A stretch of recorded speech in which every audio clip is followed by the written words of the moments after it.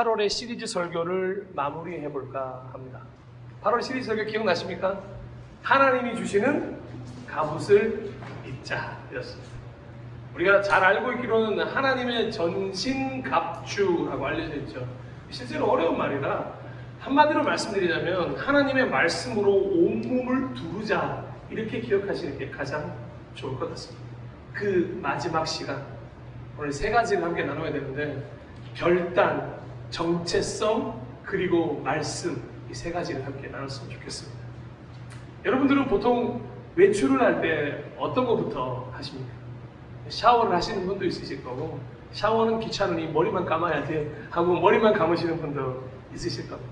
그러면 샤랄라 하면서도 미리 생각해둔 옷을 딱 입고요, 이렇게 머리를 단장하고 화장도 예쁘게 하고, 저는 이제 겨울에 립밤 바를 때 이렇게 립밤도 바르고, 진짜 좀 많이 바르거든요. 입술이 두꺼워가지고 이만큼 립밤이 한 일주일을 안 가요. 이렇게 거기서 웃는다고요? 그런데 이제 그렇게 옷을 다 챙기고 머리까지 다 했는데 이제 외출 준비가 끝났냐? 그렇지 않습니다. 다시 방으로 들어갑니다. 자, 어떤 시계를 차지? 어떤 가방을 들지? 어떤 액세서리를 할지 굉장히 고민합니다. 그리고는 그 패션에 맞는 가방을 들고 시계를 차든 뭐 팔찌를 하든 목걸이를 하든 하고요. 이제 외출 준비가 끝났을까요? 아닙니다. 마지막 관문이 남아있어요. 마지막 관문 뭔지 아십니까? 한 바퀴 돌면은 이제 됐어, 나는 완성되었어 하고 외출을 나갑니다. 정말 중요한 외출이라도 있는 날에는 이 순서가 진짜 더 세밀해집니다. 어떠세요? 오늘 주일 아침에 오는데 엄청 세밀하셨죠? 네, 맞습니다. 엄청 중요한 외출이고, 결혼식이 있다든가 중요한 외출이 있으면 더 세밀하고 더 복잡해지고, 아마 준비 시간도 꽤 많이 소요될 것 같습니다. 중요한 날이기에 더 꼼꼼하게 잘 준비하고 싶으니까. 그렇다면 그리스도인의 세상 외출은 어떨까요? 이 땅의 악마의 관계에 맞서서 싸워야 하는 그리스도인들의 모험의 여정을 준비하는 여러분들의 준비는 어떠하십니까? 진리로 허리를 동였습니다. 정의로 가슴을 가렸습니다. 평화의 복음을 신었습니다.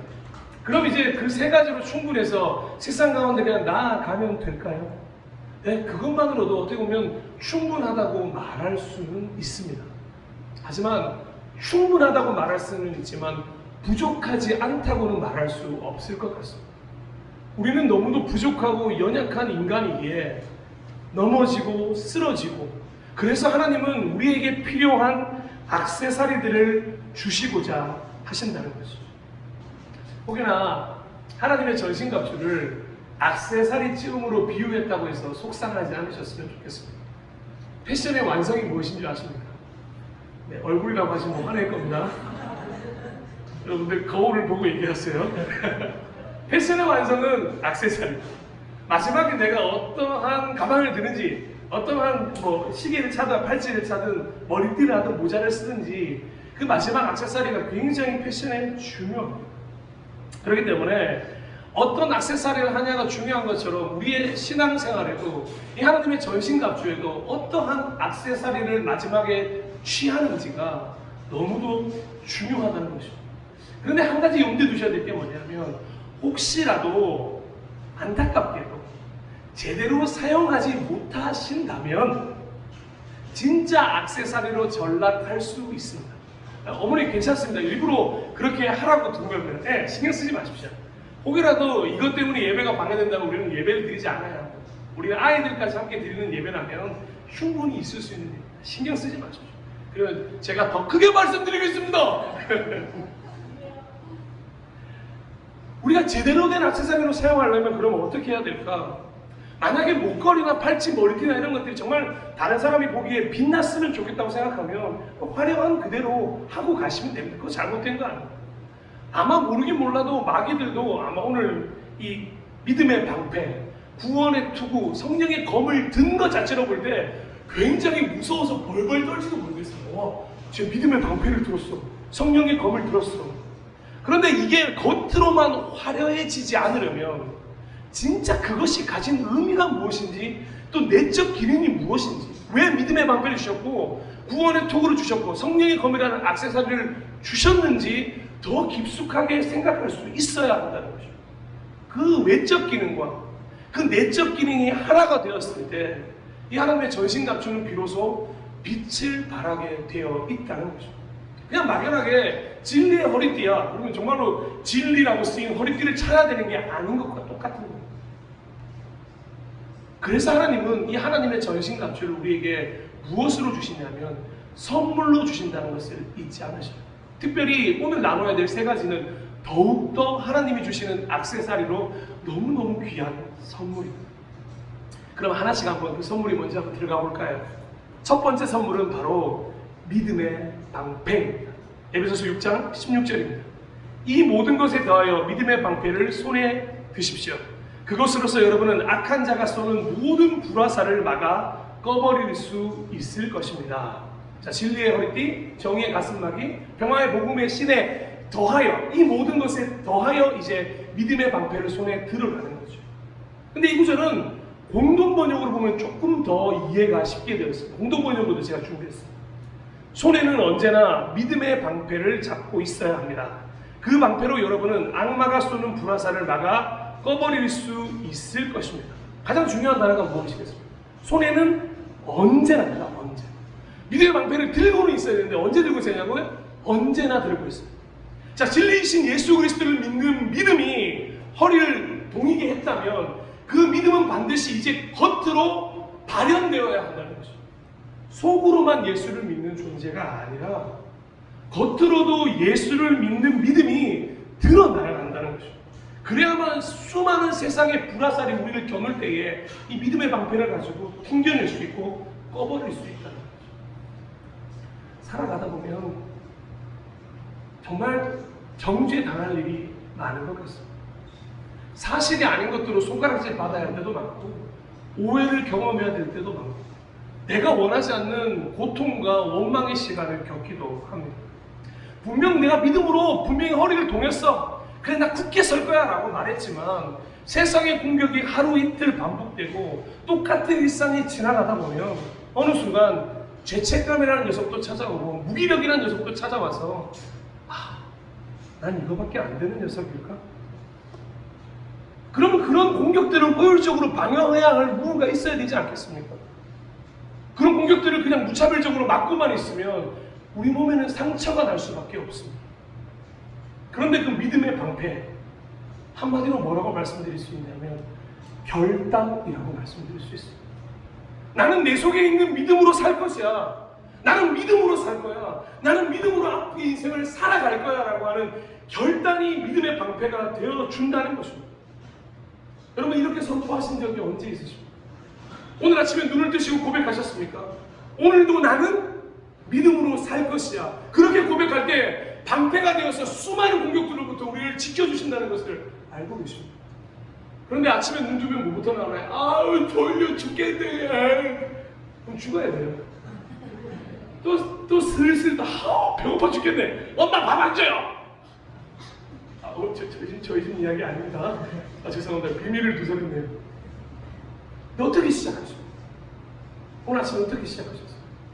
특별히 주일인데 어떻게 시작하셨어요? 이 결단을 보였던 수많은 믿음의 선배들이 등장하는 게 바로 성경책. 성경이 왜 우리가 읽어야 하냐면 그 성경이 그런 사람들의 이야기를 통해서 우리가 걸어가야 될 길을 미리 보여주기 때문에 그렇습니다. 여기 한 사람에게로 한번 가보겠습니다. 다니엘서 3장 16절에서 18절에 천천히 읽어드릴게요. 사드락과 메삭과 아벤느고가 왕에게 대답하여 이르되 느부갓네살이여 우리가 이 일에 대하여 왕에게 대답할 필요가 없나이다. 왕이여 우리가 섬기는 하나님이 계시다면 우리를 맹렬히 타는 풀무불 가운데서 능히 건져내시겠고 왕의 손에서 건져내시리이다. 그렇게 하지 아니하실지라도 왕이여 우리가 왕의 신들을 섬기지도 아니하고 왕이 세우신 금신상에게 절하지도 아니할 줄을 아옵소서. 아멘. 이 불화살이 당겨져 있는 상황입니다. 그런데 사드락과 메삭과 아벤느고 다니엘에 가려져 있는 이 세 친구는 놀라운 믿음의 결단을 합니다. 너무도 중요한 고백이지 않습니까? 그리 아니하실지라도 하나님이 계시다면 지켜주실 거예요. 그런데 그렇지 않다고 하더라도 나는 믿음으로 살 겁니다 라고 하는 이 결단을 했다는 것이죠. 이 얼마나 위대한 방패인지 아십니까? 불화살 따위 두렵지 않습니다. 이렇게 말씀이 이어집니다. 지방장관들과 대신들과 총독들과 왕의 측근들이 모여서 이 사람들을 보니 그 몸이 불에 상하지 않고 머리털도 그을리지 않고 바지 색깔도 변하지 않고 그들에게서 불에 탄 냄새도 나지 않았다. 느부갓네살 왕이 말하였다. 사드락과 메삭과 아벳느고를 돌보신 하나님을 찬송하여라. 그는 천사를 보내서 그들의 종을 구하셨다. 이 종들은 저희 하나님을 의뢰하여 저희의 몸을 바치면서까지 왕의 명령을 거역하고 저희의 하나님 말고는 다른 어떤 신도 절하여 섬기지 않았다. 아멘. 불화살 어떻게 했다고요? 꺼버리고 나니까 불 하나 그슬린 곳 없는 곳으로. 다니엘과 사드락, 아벳느고, 메삭 이런 친구들 뿐이었겠어. 수많은 믿음의 선배인데, 그리고 여기 앉아 계신 믿음의 길을 걸어오신 여러분들도 모두 다 이 결단을 하신 분들이었고 지금도 하고 계시는 줄로 믿습니다.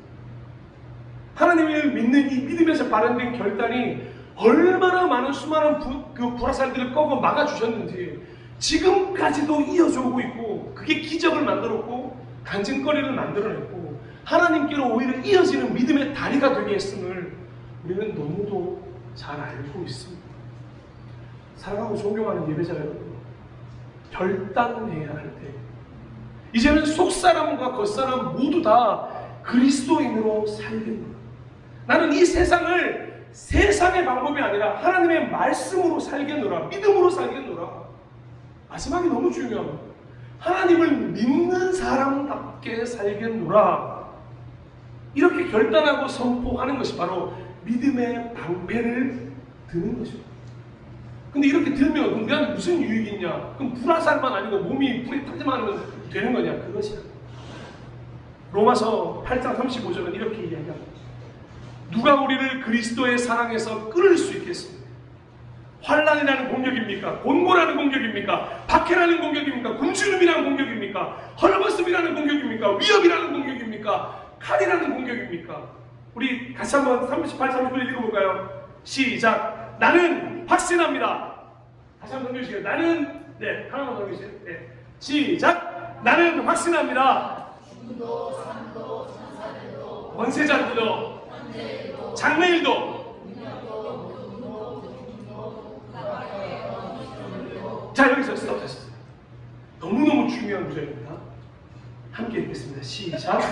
우리를 우리 주 예수 그리스도 안에 있는 하나님의 사랑에서 끊을 수 없습니다. 아멘. 이게 믿음의 방패를 든 사람들에게 오는 가장 큰 축복입니다. 그 어떤 것도 하나님의 사랑에서 우리를 끊을 수가 없어요. 근데도 안 되시겠습니까? 근데도 결단하지 않으시겠습니까? 결단의 순간이 찾아왔습니다. 여러분, 앞에 있는 믿음의 방패를 드셔야 합니다. 그리고 결단하셨다면 이제 언제나 손에 들고 절대 놓치지 마시고 이것과 함께 사셨으면 좋겠습니다. 두 번째 선물은 무엇이냐면 구원의 투구입니다. 그런데 이 두 번째와 세 번째 선물에는 특별한 수식어가 붙는다는 걸 아십니까? 바로 바다라는 말. 바다라는 말은 무슨 말일까요? 주는 이가 있다는 것입니다. 진리의 허리띠, 정의의 가슴막이, 평화의 복음의 신, 믿음의 방패는 이제 자신이 직접 해야 하는 어떻게 보면 능동태라고 말씀드릴 수 있는데, 이제 이 구원의 투구와 성령의 검은 반드시 누군가에게 받아야만 쓸 수 있는 수동태 형태로 등장한다는 것이죠. 바로 구원의 투구가 첫 번째로 주어지는, 반드시 받아야만 하는 것이라는 것을 우리에게 말씀해 주고 계신다는 거죠. 주시지 않으면 이건 아무리 쓰고 싶어도 우리가 쓸 수가 없어요. 진리를 할 수 있고요, 가슴막이도 할 수 있고, 신도 신을 수 있고, 방패도 들 수 있는데 이건 우리가 아무리 찾아봐도 찾을 수가 없는 겁니다. 근데 딱 하나, 믿음을 가지면 찾을 수 있는 게 뭐냐면 바로 구원의 투구입니다. 왜냐? 믿음을 통해서 주어지는 것이, 바로 받을 수 있는 것이 바로 구원의 투구라는 선물입니다. 에베소서 2장 8절 말씀은 이렇게 기록되어 있습니다. 여러분은 믿음을 통하여 은혜로 구원을 얻었습니다. 이것은 여러분에게서 난 것이 아니요 하나님의 선물입니다. 아멘. 우리 모두 다 이 하나님의 선물을 받은 줄로 믿습니다. 우리가 구원받은 존재인 줄 믿습니다. 믿음이 없이는 결코 받을 수 없는 게 구원의 투구인데, 그럼 당연히 생각할 수 있겠죠. 이 구원의 투구를 쓰면 어디가 보호가 될까요? 당연히 머리가 보호되는 것은 너무도 잘 알고 계시는 거죠. 그런데 이 투구에는 한 가지 비밀이 있습니다. 투구는 여러분이 말씀하신 것처럼 당연히 머리를 보호하는 것이지만 사실 더 중요한 의미가 있습니다. 바로 구별을 하는 표식이 된다는 것입니다. 투구는 이 사람이 어떤 나라의 군사인지 정체성을 알려줍니다. 어떤 투구에 쓰고 있냐에 따라서 이 사람의 계급이 무엇인지를 확인할 수가 있습니다. 대장으로 올라가고 높은 지위로 올라갈수록 크고 화려한 투구를 쓴 것을 당시 로마 군대에서도 찾아볼 수가 있습니다. 아무 깃털도 없는 걸 쓴 사람이 있고요. 깃털을 쓴 사람이 있고 누가 윈지는 누가 봐도 알 수 있지 않겠습니까? 그래서 이 사람을 향해서 어떠한 사람 정도거나 어떤 계급이라는 걸 확인할 수 있는 게 바로 이 구원의 투구, 바로 표식이 된다는 이야기. 그런데 알고 계십니까? 이 투구를 자신이 만들어서 쓰는 게 아니에요. 왕으로부터 부여받아요. 이 장군은 정말 대단한 장군이야 라고 왕이 인정해 줌으로 이 투구를 머리에 씌워주는 것입니다. 그래서 그 투구를 받아 내가 이 지휘관의 역할을 하게 되는 것입니다. 구원의 투구도 마찬가지입니다. 세상 가운데 나아가는 우리 친히 하나님께서 보호하시는 것 이상으로 세상아 얘가 누군 줄 알아? 라고 누구인지 보여주시는 게 바로 이 구원의 투구를 쓴 우리라는 것입니다. 바로 그리스도인의 정체성에 대해서 분명히 말씀해 주는 게 바로 이 구원의 투구라는 것입니다. 여러분, 우리는 구원받은 존재, 하나님의 자녀이고 성도이고 그리스도이고 분명히 표식을 해 주시는 것입니다. 거룩한 존재라는 게 뭐라고? 구별된 존재라고 하나님이 우리에게 말씀해 주신다는 거죠. 그래서 베드로전서 2장 9절은 너무도 의미 있는 말씀입니다. 그러나 여러분은 택하심을 받은 족속이요, 왕과 같은 제사장들이요, 거룩한 민족이요, 하나님의 소유가 된 백성입니다. 진짜 멋있지 않습니까? 하나님의 소유가 된 백성입니다. 그래서 여러분을 어둠에서 불러내어 자기의 놀라운 빛 가운데로 인도하신 업적을 여러분이 선포하는 것입니다. 여러분, 구원의 투구를 쓰고 다니는 것만으로 하나님의 놀라운 업적을 세상에 선포하는 모습이 되는 게 바로 우리라는 존재라는 것입니다. 하나님이 우리를 구원하시기 위해 독생자 아들 아끼지 않고 이 땅에 보내주셔서 죽을 수밖에 없는 우리를 대신하여 생명을 살리셨습니다. 죄의 담을 허무셨고 죽음을 이기셨고 다시 오실 것을 우리에게 말씀하셨습니다. 그렇다면 우리는 어떻게 살아야 할까요? 구원받은 백성답게 살아가야 한다는 거죠. 어딜 가든지 구원받은 백성임을 알려야 하고 티가 나야 하는데 내가 먼저 정체성을 확립하고 있어야 한다. 그러기 위해서는 이 표식 구원의 투구를 반드시 쓰셔야 한다는 거죠. 마치 하나님이 이렇게 선포해 주시는 것과 똑같습니다.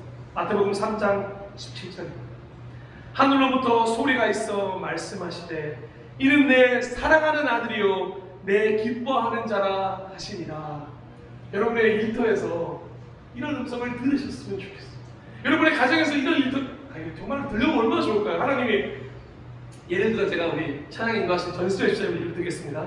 하늘로부터 소리가 있어 말씀하시되 승철아 넌 내가 기뻐하는 자야. 이거 와 저는 이 소름이 쫙 끼칠 것 같습니다. 하나님이 사랑하는 사람, 그게 누구신지 아십니까? 바로 여러분들이십니다. 세상은 몰라주고 사람들은 몰라주고 무시당하고 별거 아닌 것이라고 말하지만 가장 소중하고 사랑하는 존재, 너의 정체성은 나의 사랑하는 자녀라고 말씀하시는 우리 바로 우리 하나님이심을 믿습니다. 그러니 부디 잊지 마십시오. 여러분이 누구인지 결코 잊지 마십시오. 마지막으로 대망의 전신갑주 마지막 세 번째 선물은 바로 성령의 검입니다. 그런데 재밌는 게 바울이 이 혹시라도 검이라는 말에 오해를 할까봐 바로 이런 말씀을 붙였어요. 6장 17절입니다. 성령의 검 곧 하나님의 말씀을 받으십시오. 그리스 로마 지역의 이 검은 상당히 그냥 익숙한 물건이었습니다. 전쟁을 자주 겪었던 나라였기 때문에. 그래서 이 검이라는 단어가 나오면 왠지 가슴이 불타오르고 왠지 저기 나가서 싸워야 될 것 같은 그런 단어가 이 검이었거든요. 그래서 바울은 이 검이라는 단어를 쓸 때 굉장히 조심했는 게 왜냐하면 이 검은 곧 하나님의 말씀이다라고 바로 기록한 이유가 바로 거기에 있어요. 혹시라도 자꾸만 하나님의 전신갑주를 어떤 공격의 무기로 생각하시면 큰일 납니다. 절대적으로 하나님의 전신갑주는 말씀이라는 것을 잊지 않으셔야 돼요. 그러니까 결국 이 말씀은 말씀으로 온몸을 무장해야 한다는 것을 다시 한 번 더 우리에게 각인시켜 준다는 것이죠. 그래서 전신갑주를 입은 사람들은 정말 칼을 휘두르면 큰일 납니다. 혹시라도 비난이라는 칼을 휘두르십니까? 혹시라도 정죄라는 칼을 휘두르고 계시지 않습니까? 남이 옳고 너는 틀리다고 하는 잣대의 칼을 들고 계시지 않습니까? 그래서 다른 사람들을 아프게 하고 힘들게 하고 있지 않습니까? 그건 정말 검을 사용하고 있는 것. 하나님의 말씀을 사용한다는 것은 정말로 이 말씀을 가지고 악마의 관계에 맞서 싸워 이기기 위해서 필요한 게 이 말씀입니다. 그리스도의 유일한 공격이 어디에 있냐? 말씀으로 하십니다. 여러분, 예수님조차도 사탄의 그 계략을 이기셨던 게 무엇 때문이었죠? 말씀이었음을 잊지 않으시고. 예수님이 어디 사탄이 급이나 됩니까? 와서 40일 굶었다고 해서 어떻게 돌을 떡으로 좀 만들어줘? 그러면 내가 빨리 가겠다 임마 라고 말씀하시는 분이야. 아니 빵 공장장의 주인이신 분인데 걱정하겠습니까? 근데 하나님 모르셨어요. 왜? 사람의 떡으로만 살 게 아니라 하나님이 입으로 나오는 모든 말씀으로 살고 있으라고 하는 그 말씀을 인용해서 승리하십니다. 그럼 우리는 어떻게 해야 될까요? 그 성령의 검을 바로 하나님의 말씀으로 알고 이것을 유일한 공격 무기로 삼아야 합니다. 이걸 가장 잘 사용했던 인물을 누구라고 뽑느냐면 저는 다윗이라고 보고 싶습니다. 사무엘상 17장을 한번 가보시죠. 그러자 다윗이 블레셋 사람에게 말하였다. 너는 칼을 차고 창을 메고 투창을 들고 나에게로 나왔으나 나는 내가 모욕하는 이스라엘 군대의 하나님 곧 만군의 주님을 의지하고 너에게로 나왔다. 주님께서 너를 나의 손에 넘겨주실 터이니 내가 오늘 너를 쳐서 내 머리를 베고 블레셋 사람의 주검을 모조리 공중의 새와 땅의 들짐승에게 밥으로 주어서 온 세상이 이스라엘의 하나님을 알게 하겠다. 너무 중요합니다. 또 주님께서는 칼이나 창 따위를 스쳐서 구원하시는 것이 아니라는 것을 여기에 모인 온 무리를 알게 하겠다.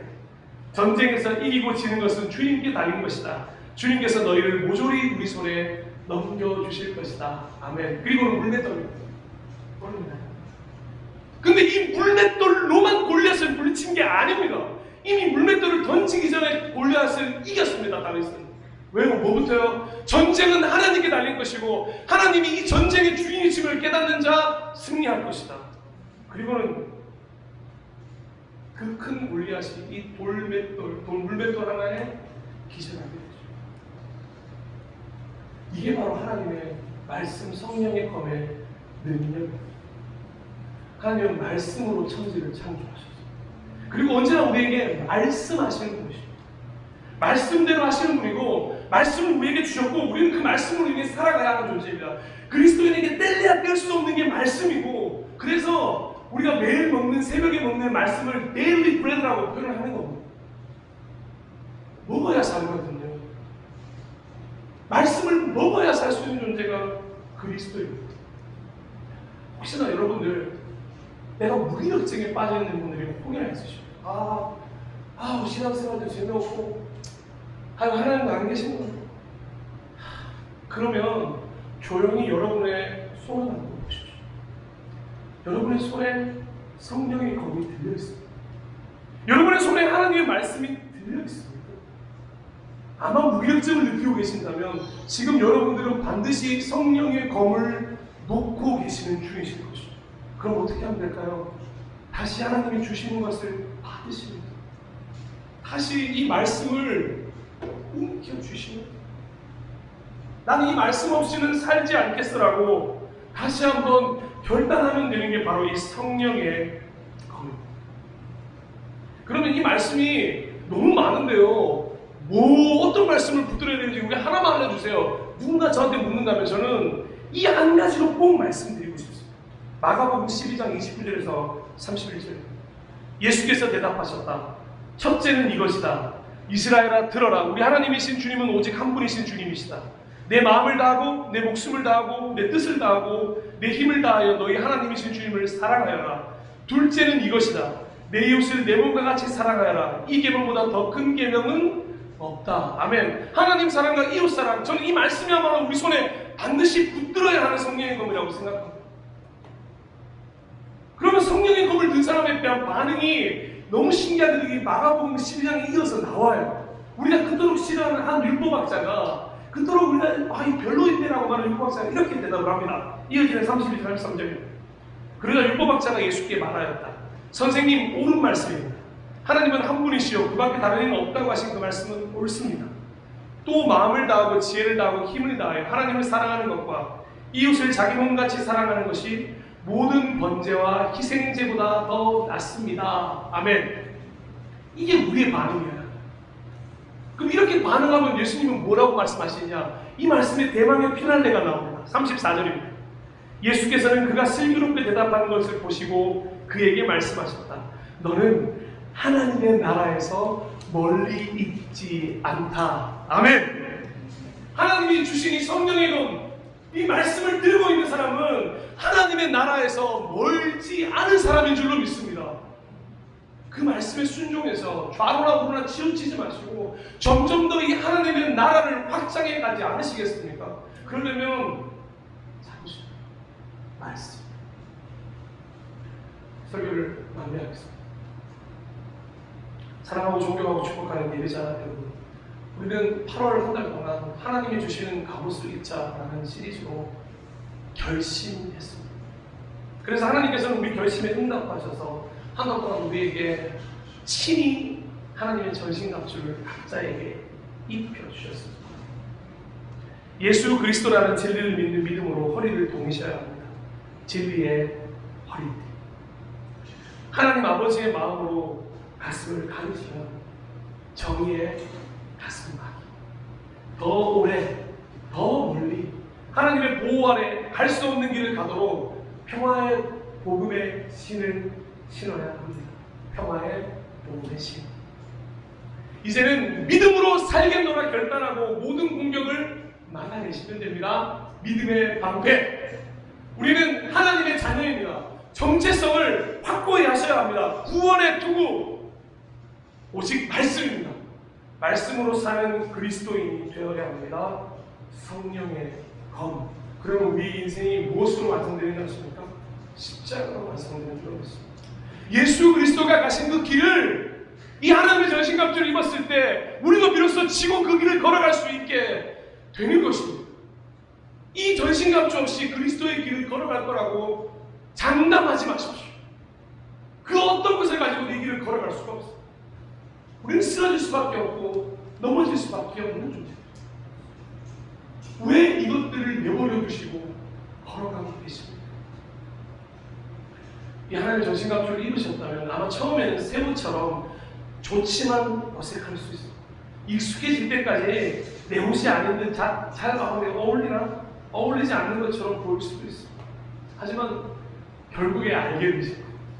왜 하나님이 이 전신갑주를 우리에게 주셨는지, 왜 우리에게 이 8월 한 달 이 말씀을 주셨는지 반드시 깨닫게 될 것입니다. 그날이 올 때까지 우리가 해야 할 일은 뭘까요? 이 하나님의 전신갑주를 입고 계시는 노력을 하셔야 합니다. 불편하시더라도 벗지 마시고, 그래 어떻게든 내가 입고 있을 거야 노력한다면 결코 스스로 벗겨지지는 않을 것입니다. 성숙을 위하여 유지할 수 있는 힘이 여러분 가운데 있기를 소망하며 최소한의 노력이 여러분 가운데 있었으면 좋겠습니다. 그래 8월이 지나갔으니까 9월이 되자마자 하나님의 전신갑주 잘 가라 야고 하고 버리는 게 아닙니다. 계속. 그래서 마지막 말씀으로 이 전신갑주가 끝나면서 18절이 등장하는 겁니다. 17절에서 끝나야 하는데 왜 18절이 추가됐냐?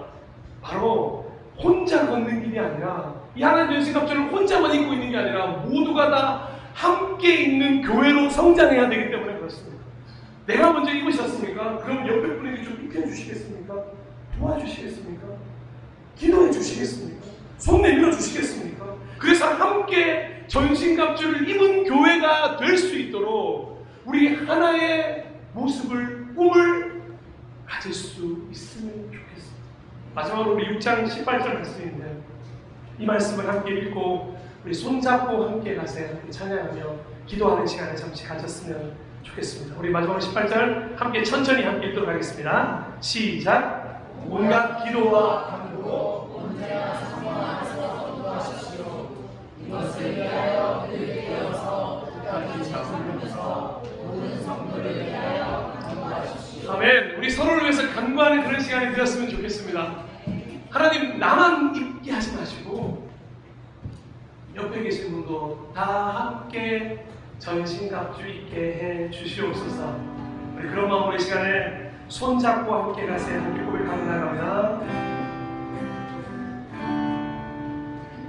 우리 함께 손잡고 가세.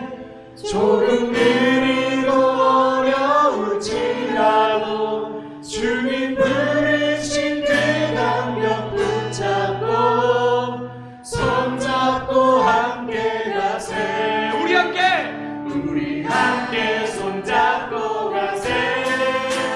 때론 더위고 힘겨울지라도 주님 부르신 그날을 향하여 손잡고 함께 가세. 우리 걸어가는 이 길은 결코 처음 가는 길은 아니야. 수천 날 동안 온 땅 곳곳에서 주님 나는 적 있으니 우리 걸어가는 이 길이 낯설고 두려워울지라도 삶의 무게를 두고 흘러내려오는 주님 부활의 생명을 봐. 우리 함께 손잡고 고백할까요? 우리 함께 손잡고 가세. 조금 느리고 어려울지라도 주님 부르신 그 감격 붙잡고 손잡고 함께 가세. 우리 함께 손잡고 가세. 때론 더디고 힘겨울지라도 주님 부르신 그 날을 향하여 손잡고 함께 가세. 옆에 계신 분들 한번 가볼까요? 우리 함께 손잡고 한번 갔으면 좋겠습니다.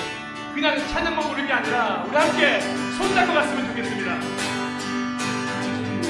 함께 손잡고 가세. 조금 느리고 어려울지라도 주님 부르신 그 감격 붙잡고 손잡고 함께 가세. 아멘. 손잡고 가세.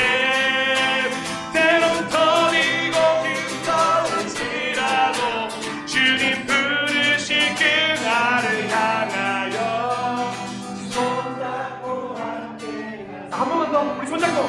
우리 함께 손잡고 가세. 조금 느리고 어려울지라도 주님 부르신 그 감격